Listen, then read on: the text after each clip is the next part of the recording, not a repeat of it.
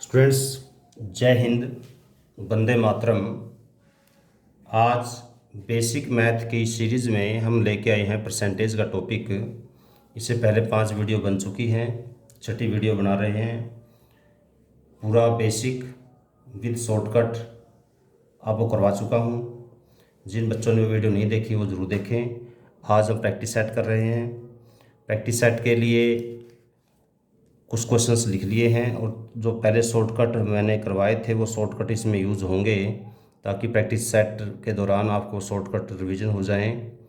और कुछ एक दो टॉपिक नया आया है, टाइप एक दो नया आया है, जिसमें कुछ नई बातें सीखने को मिलेगी। जैसे पहला क्वेश्चन ही ले लो आप कि 12% का 18% क्या है। 12% का 18%। और सेकंड क्वेश्चन में देखोगे आप कि 12% 18% का कितने प्रतिशत है। इन दोनों के में थोड़ा सा अंतर में आपने ध्यान देना है। 12% का 18%, 12% 18% का, यहाँ लगा है, यहाँ लगा है। तो ऐसे ही जैसे अगला क्वेश्चन मैंने यहाँ लिखा है, ये हालांकि सोल्व कर दिया था, तो बाद में आपको अलग से सोल्व करके बताऊंगा, क्योंकि इस क्वेश्चन के करते करते तो फिर थोड़ा सा मेरे को लगा कि ये बच्चों को समझाना वो ज़्यादा ज़रूरी हो जाएगा।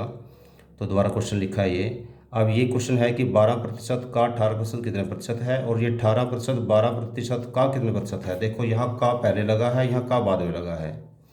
इन दोनों में अंतर आपको समझना बहुत ज़रूरी है। देखो सबसे पहले इसका तो आपको यही समझ में आ जाएगा कि 12% का 18%। 12% का मतलब होता है आउट ऑफ 100।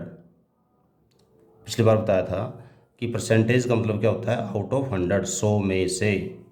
100 में से जब भी आप परसेंटेज की बात करते हैं तो इसका मतलब होता है 100 में से। और 12% मतलब होता है कि 12/100, और 18% का मतलब होता है 18/100। और का मतलब होता है गुणा। का मतलब बोर्ड मास के दौरान भी आपने देखा होगा कई बार कि ओ का मतलब का मतलब गुणा होता है। तो 12/100 गुणा 18/100, तो 12 गुणा 18 होता है 216, 216 बटे ये हो जाएगा 10,000।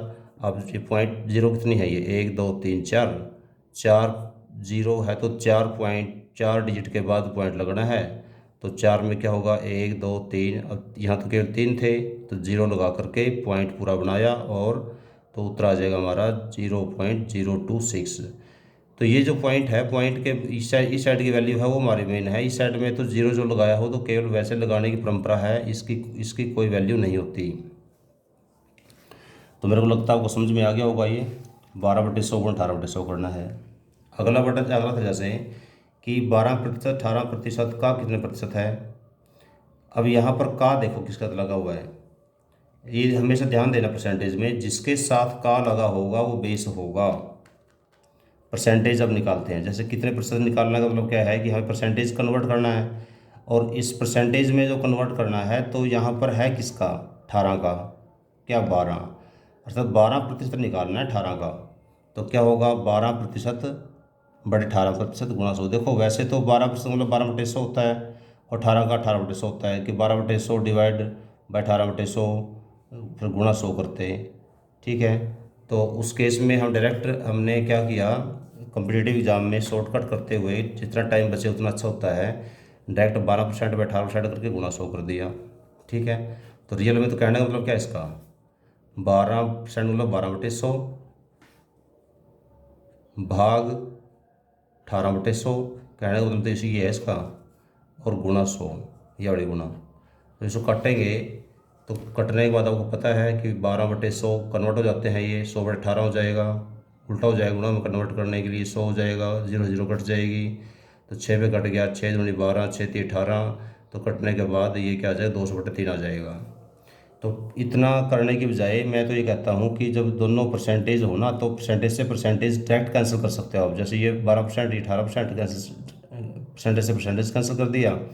ये 6 पे के पहाड़े पे 6 दूनी 12, 6 3 18, तो 200/3 या 6 सही 2/3। अब इसी का यदि क्वेश्चन ऐसा होता, देखो मेन बात जो बच्चे कंफ्यूज होते हैं कि 12% 18% का, और यदि ऐसा होता 12% का 18%, मतलब ये जो का है वो यहाँ लगने की बजाय का यहाँ लगा होता। 12% का 18% कितने प्रतिशत हैं, जैसे ये था ना 12% का 18%, आगे क्या था, क्वेश्चन मार्क था, अर्थात यहाँ निकालना था 12% का 18%, यहाँ निकालना 12% का 18% कितने प्रतिशत, अर्थात दोबारा फिर परसेंटेज पूछा है। तो इस क्वेश्चन के अंदर ये आपने ये देखना है कि का किसके साथ लगा है, का लगा है 12 के साथ, इसका मतलब बेस 12 रहेगा, ये ध्यान देना जरूर आपने। तो क्या बन जाएगा 18/12 गुणा 100, अर्थात 18% बटे 12 परसेंटेज, परसेंट से परसेंट कैंसिल कर सकते हो डायरेक्ट टाइप। तो क्या हो जाएगा, ये 6 पे कट गया, 6 × 18, 6 दूनी 12, 2 पे कट गया 50, 50 × 150, आपका उत्तर आ जाएगा। अब अगला क्वेश्चन देखो ये बड़ा कि 18% 12% का कितने प्रतिशत, दोनों में अंतर दे समझना अपने ध्यान से। कहने का मतलब क्या है, 18% 12% का, जैसे ये सेम क्वेश्चन लिखा मैंने, या 18 पहले लिख लिया बस, 12 बाद में था। 18% 12% का, अब यहाँ का किसका साथ लगा है 12 के साथ, इसका मतलब बेस क्या रहेगा 12 रहेगा। तो क्या क्या रहेगा फिर 18% बटे 12% गुणा 100, अर्थात सेम क्वेश्चन बन गया ये। इस क्वेश्चन में और इस क्वेश्चन में कोई अंतर नहीं है, उत्तर वही कटने के बाद 185 आ जाएगा। तो कहने का मतलब यह है कि थोड़ी सी रकम चेंज कर देता है एग्जामिनर और उसमें हम कंफ्यूज हो जाते हैं। इस क्वेश्चन में और इस क्वेश्चन में कोई फर्क नहीं है। ये 12% का 18% कितने प्रतिशत है, ये 18% 12% का कितने प्रतिशत है, मीन्स केवल फर्क डाला है का पहले दोनों के बीच में था, यहाँ का दोनों के इसके बाद में है। तो आपने बस ये ध्यान देना है कि जिसके साथ का लगा होगा वो नीचे आएगा बस साधारण भाषा में, और जिसका निकालना है ऊपर आएगा। तो मुझे लगता है कि ये कंसेप्ट आपको क्लियर हो गया होगा, इसका क्या मतलब है, इसका कहने का मतलब क्या है और इसका कहने का क्या मतलब है। अगला क्वेश्चन भी काफ़ी इंपॉर्टेंट है, कॉम्पिटिटिव एग्जाम में बहुत देखने को मिलता है कि 20 किलोग्राम के मिश्रण में 25% लोह चूर्ण है, अर्थात इसमें लोह चूर्ण है 25, किसमें 20 में। यदि 5 किलोग्राम लोह चूर्ण इसमें और मिला दें तो लोह चूर्ण की मात्रा नए मिश्रण में कितने प्रतिशत हो जाएगी। अब सिंपल सी बात है, आपने क्या ध्यान देना है इसमें, सबसे पहले तो ऐसे क्वेश्चनों को टाइम सेविंग ट्रिक से करते हुए जितना पहले था सामान हमारे पास और जो नया माल मिलाया है, क्या मिलाया है, लोह में लोह चूर्ण मिलाया है, वो जितने प्रतिशत था वो अलग कर लो। मतलब सीधा 20 किलो का 25% अलग कर लो।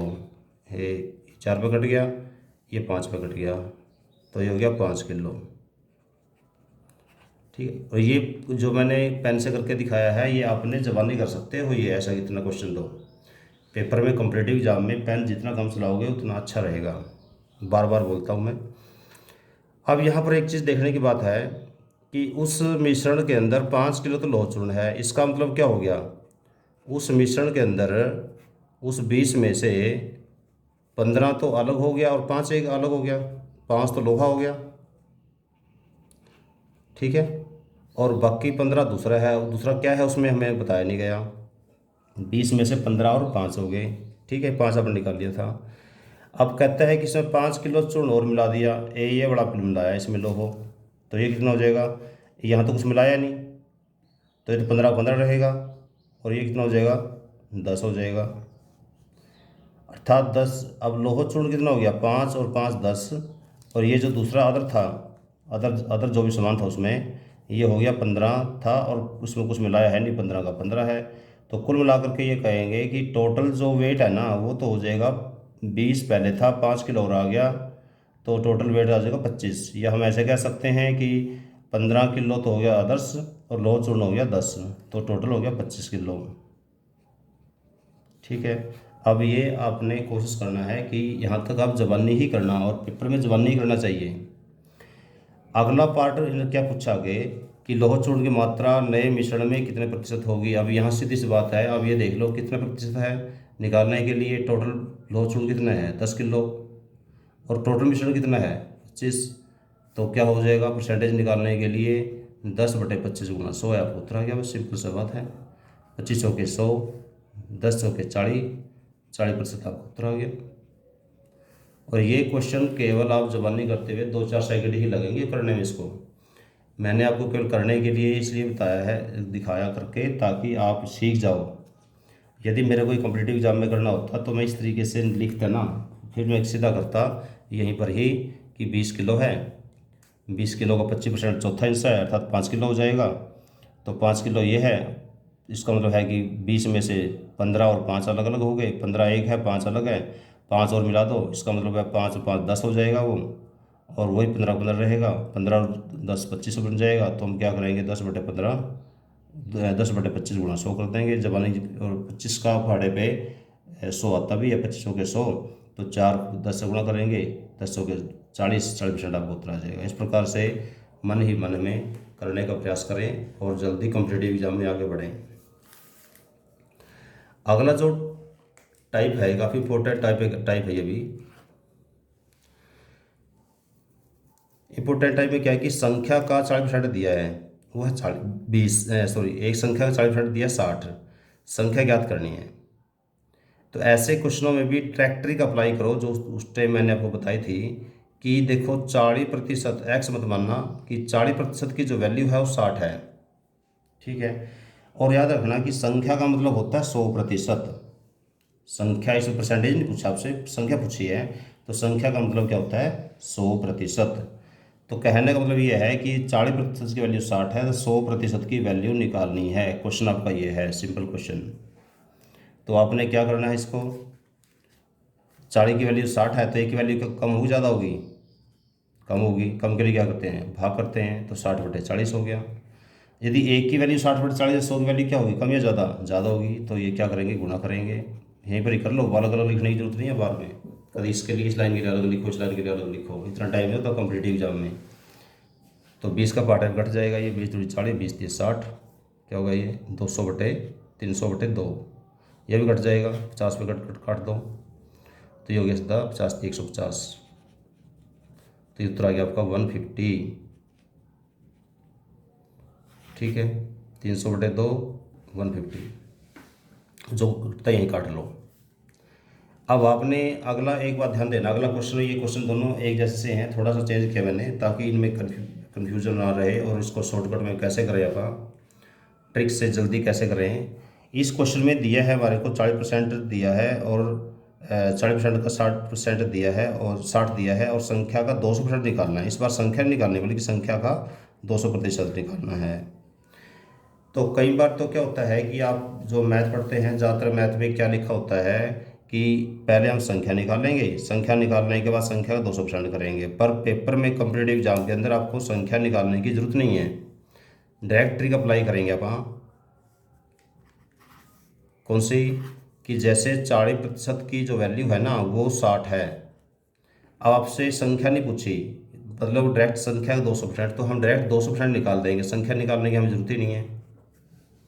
ये अब क्वेश्चन बन गया, 40% की वैल्यू 60 है, 200% की वैल्यू निकालनी है। तरीका वही रहेगा कि 40 की वैल्यू 60 है तो एक की वैल्यू कम होगी, तो क्या होगा 60/40 होगा, और 200 की वैल्यू ज़्यादा होगी तो 2 गुना 200 हो जाएगा, ठीक है। अब काट लो इसको, 20 दिए 60, 20 दूनी, और ये 200 पे कट गया, 100 गुना 3 300, ये 300 अब उत्तर आ गया। तो मुझे लगता है कि ये सारे क्वेश्चन मैंने जो प्रैक्टिस सेट के क्वेश्चन थे सारे शॉर्टकट से कराने का प्रयास किया है एक एक लाइन में। और यहाँ पर पेपर के अंदर ये चीज़ लिखने की भी जरूरत नहीं है, इनको अब जबानी करने की आदत डालो। 60/40 गुना 100 जबानी कट सकता है, 60/40 गुना 200 जबानी कट सकता है, ठीक है। इसलिए एक बात कहते हैं कि अपनी गलती करने के बजाय दूसरों की गलतियों से सीखना चाहिए। तो इसलिए जो कॉम्पिटिटिव एग्ज़ाम की तैयारी पहले करते थे, जिनका एक्सपीरियंस है, आप उनसे थोड़ी राय लेनी चाहिए। और मैं तो आपको ये राय दूंगा कि जितना टाइम बचे उतना बचाओ, जितना जबानी कर सके उतना करो। तो टाइम टाइम मेरी वीडियो आती रहती हैं, इस चैनल पे इसका नाम है विविध ज्ञान ऑलराउंड नॉलेज। जैसे नाम से स्पष्ट है, इस चैनल पर 4 तरह की वीडियो हमारी टीम डालती है। इसी चैनल पर ज्योतिष की वीडियो भी डलती है। जो ज्योतिष सीखना चाहते हैं या अपनी कुंडली खुद देखना चाहते हैं, ज्योतिष में इसका इंटरेस्ट है, कुछ बेसिक मैथ की, रीजनिंग की, कॉम्पिटिटिव एग्ज़ाम के लिए। और तीसरी प्ले लिस्ट में 4 तरह की प्ले लिस्ट बनी हुई हैं पहले से।